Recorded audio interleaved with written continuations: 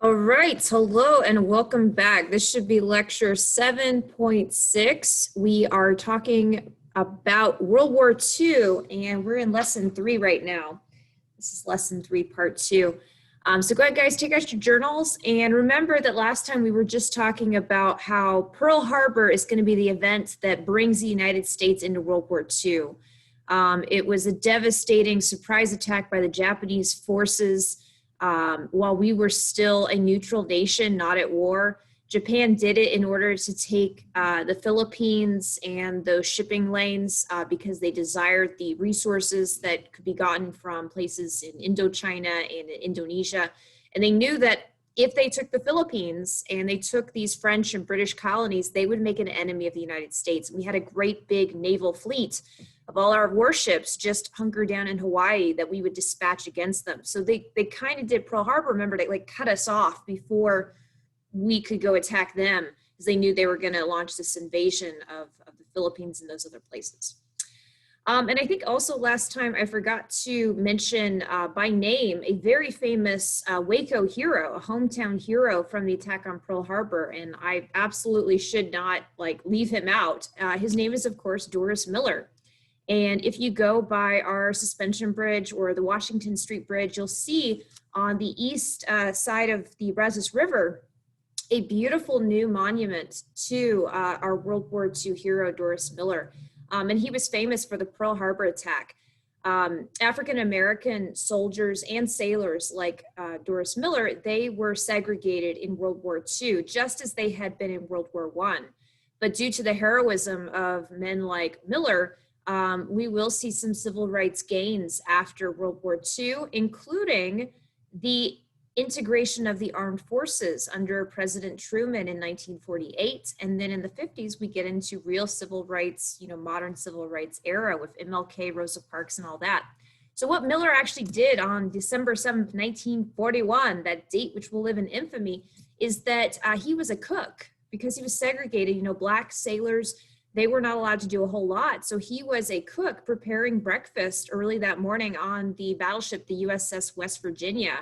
And that was why he was awake that early. And so he was one of the first to kind of recognize what was happening, that this was not a drill. These were Japanese attack planes, Japanese Zeros flying into these, the shipping yards, the shipping lanes there in the shallow waters of Pearl Harbor. And he got on an anti-aircraft gun, having never trained on it before, never fired it before. He knew what they were for, obviously, because he worked on the ship. But he gets onto this anti-aircraft gun on the side of his battleship, and he's able to shoot down a Japanese Zero. One of the few Japanese planes that was shot down was by Doris Miller. And for his heroism, he's receiving the Navy Cross. Again, probably due to racism, he probably should have been the recipient of the Medal of Honor. And he will go on to die with his crew members on his ship when it goes down during, I think, the Battle of Guadalcanal, or one of the later battles. But approximately 2 years after Pearl Harbor, he dies while serving in combat in the Pacific Theater.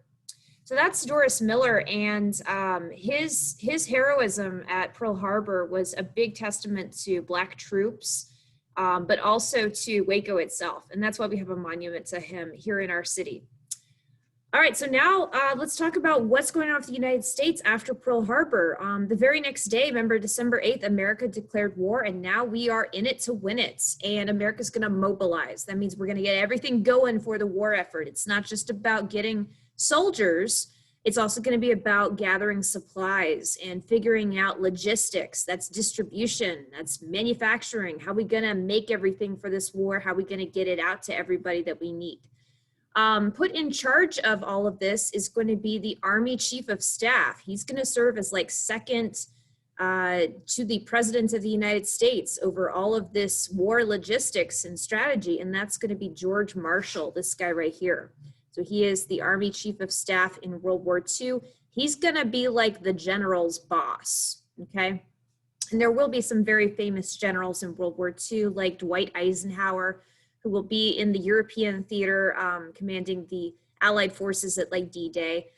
There will also be other major generals you'll need to be aware of, such as Douglas MacArthur in the Pacific theater that we'll talk about later. Women are going to be participating in World War II. Hundreds of thousands of women will participate in the military by serving as secretaries, writing many of the letters home to families to inform them about their sons, about death notices and other things.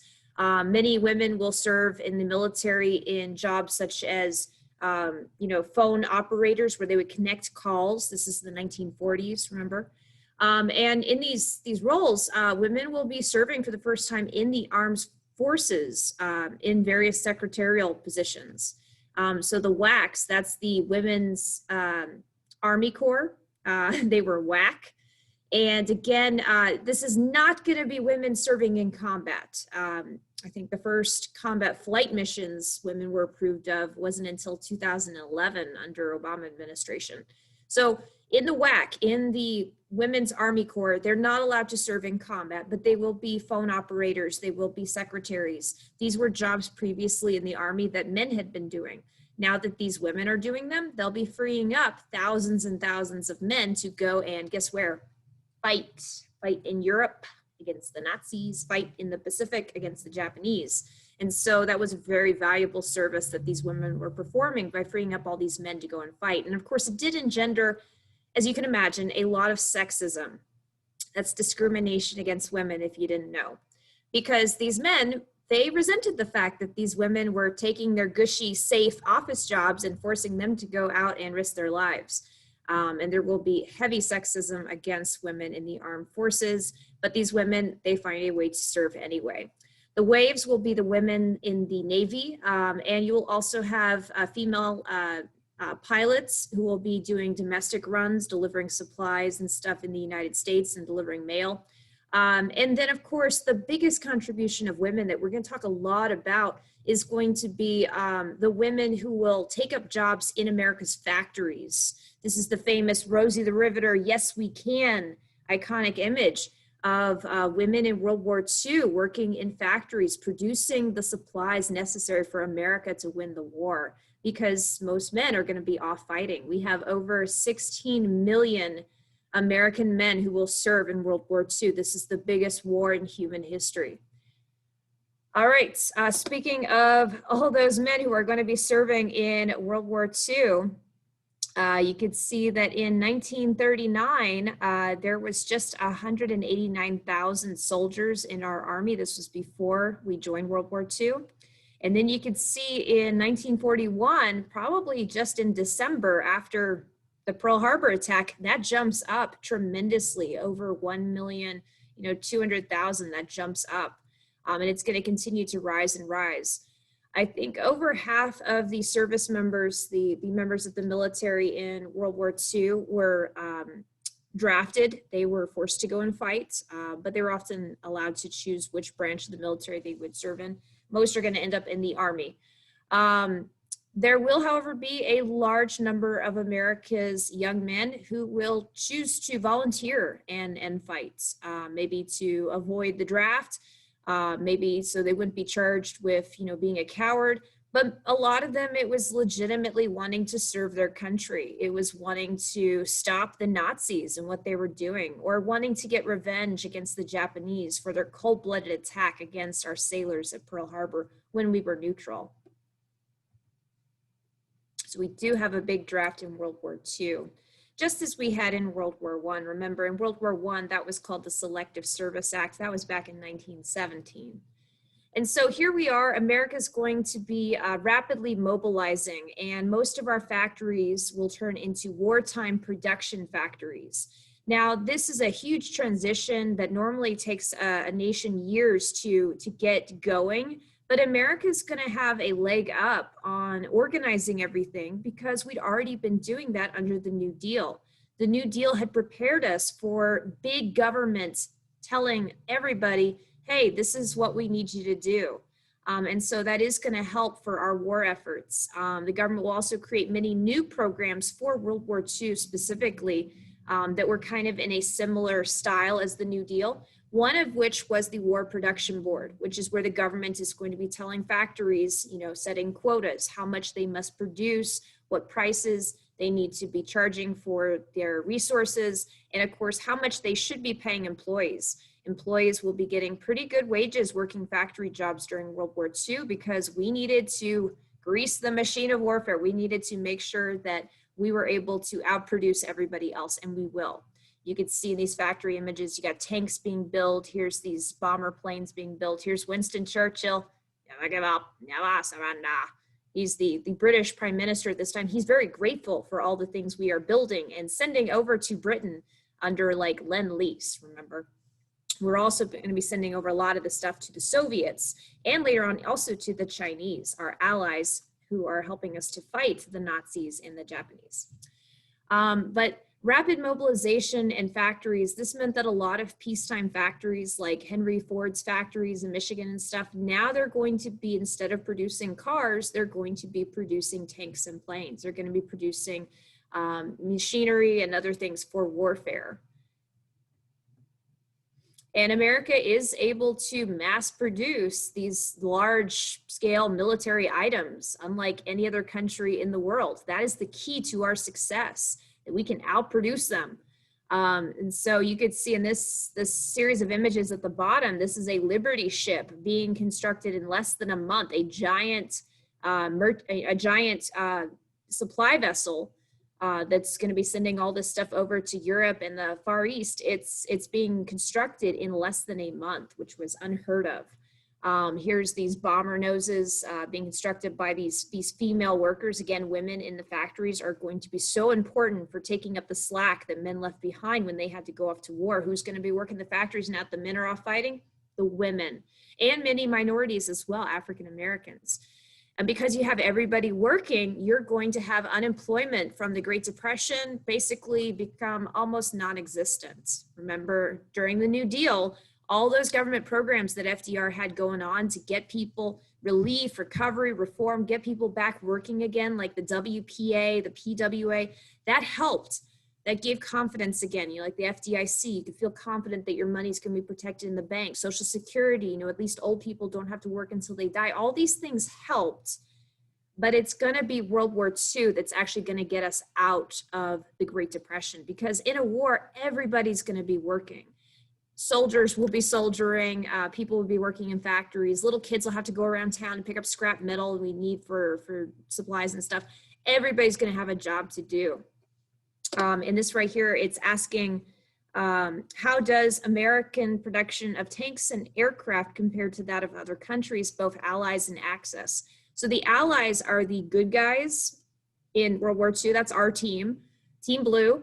And that's going to mainly be the United States, France, although they're defeated by the Nazis, so only Free France, Britain, and the Soviet Union. So really it's only Britain, the Soviet Union, and the United States. Those are the allied powers. And if you need to remember that, remember, allies means like our friends, okay? And we were also the allies side on World War I, which makes it a little easy. Now the Axis powers is like the axis of evil. That's going to be the bad guys in World War II. So mainly that's going to be these three right here: Nazi Germany, Fascist Italy with Mussolini, and the Empire of Japan. So those are the teams.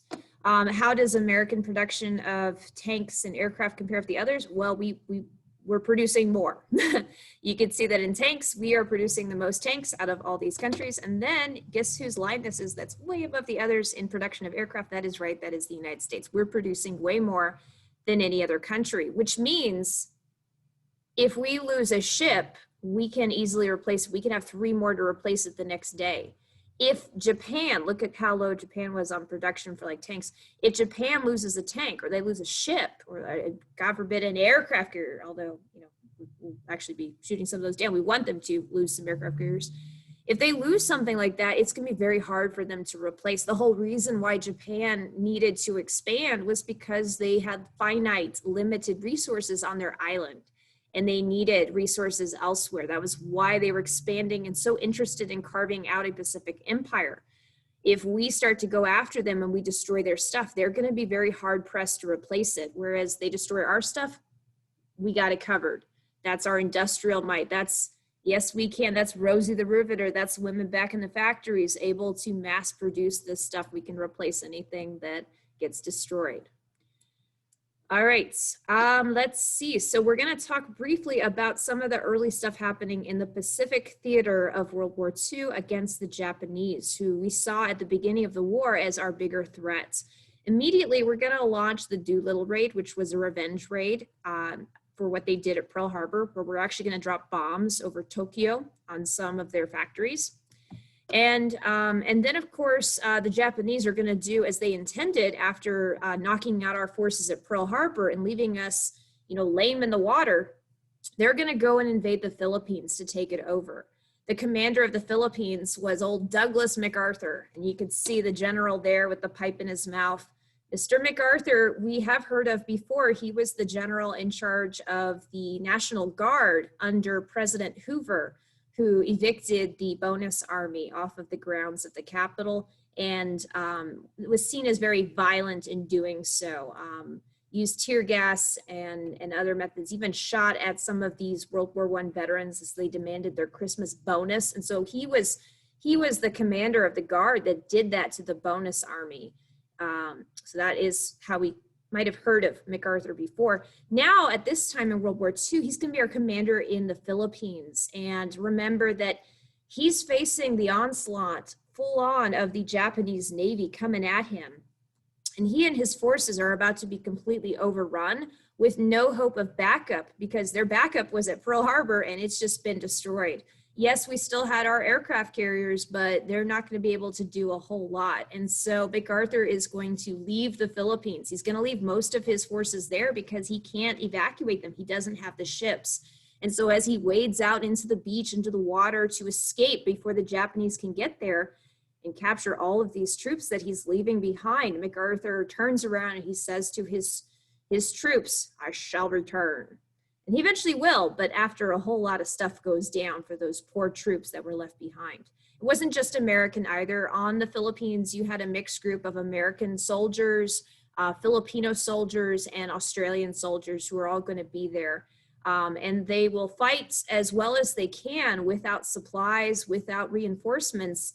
But eventually in early 1942, they're going to be forced to surrender to the Japanese. Because again, Pearl Harbor, we're not able to reinforce them. We can't come to their rescue. Our fleet has been left dead in the water. And so this is the setting in April of 1942 of the famous Bataan Death March.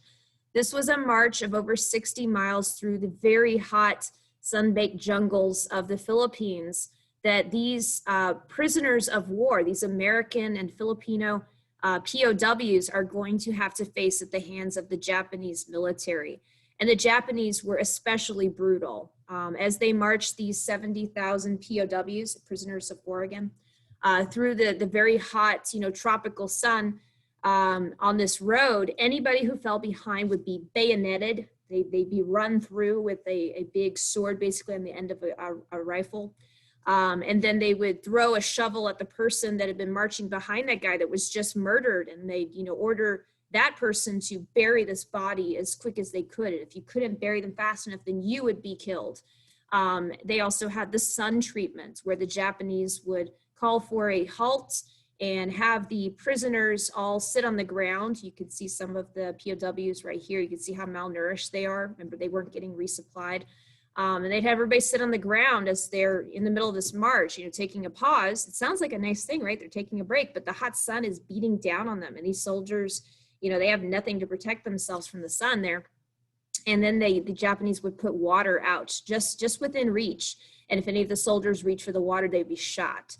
So all kinds of torture and terrible, terrible things that you're not supposed to do against prisoners of war. People who have surrendered, the Japanese were doing to these captured American and Filipino soldiers on the Philippines during this march. And that's why we call it a death march. Over 7,000 of the POWs died just on the march, just getting to the prisoner of war camp. So this Bataan Death March and the surprise attack on Pearl Harbor, this makes Japan a bigger enemy in the eyes of many Americans, even than like the Nazis, because especially at this point, early on in the war, we don't know yet about the Holocaust. We don't know about like how bad the Nazis were. That's going to be discovered more towards the end of the war in 1944 and 1945. So this is what Japan is looking like in 1942. You could see they are well on their way to a Pacific empire. After attacking Pearl Harbor right there in the Hawaiian Islands and knocking out our Pacific fleet.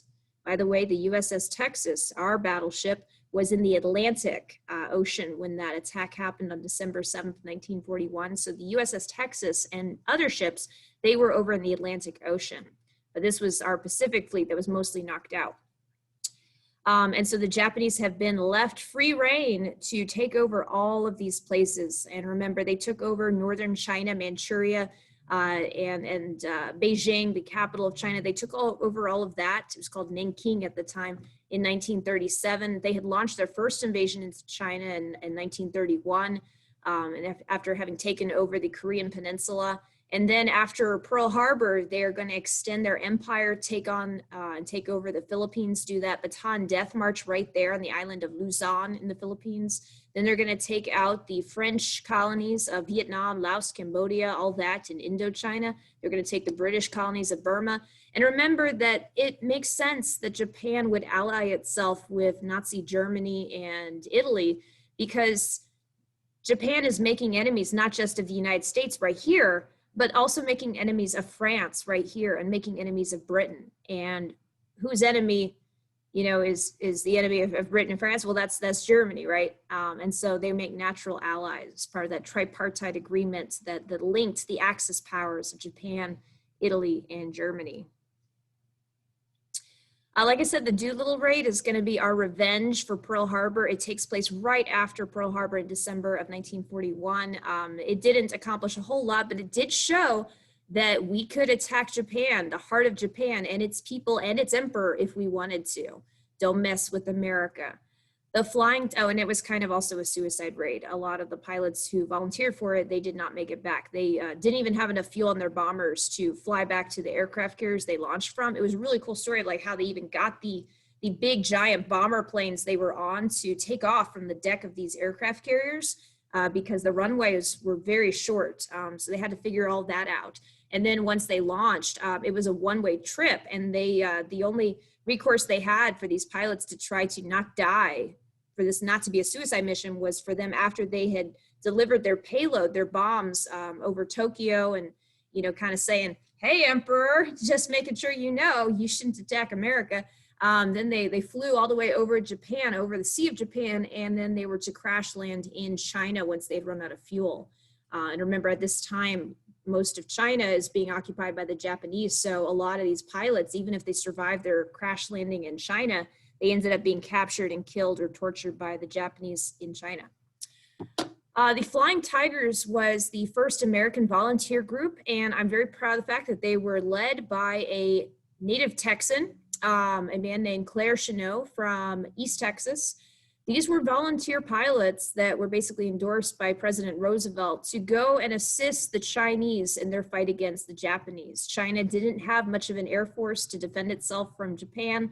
And so these American volunteers, they trained in Thailand, and then they began flying missions to protect the Chinese against the Japanese Air Force. And yeah, we were bankrolling them. I mean, we were paying for them, and they have a really amazing track record. They also have the very famous, it wasn't the P-51s, that's the Mustang. I think it was the P-41s. But these planes, they would paint with the iconic like tiger shark image on the front, very fierce. And they were there to help the Chinese. All right. And with that, we're going to stop. That is the end of lesson 3. America is in World War II to win it. Next time, we will be talking about the war in 2 theaters, World War II in Europe and in the Pacific. All right. Thank you, guys. Talk to you later. Bye.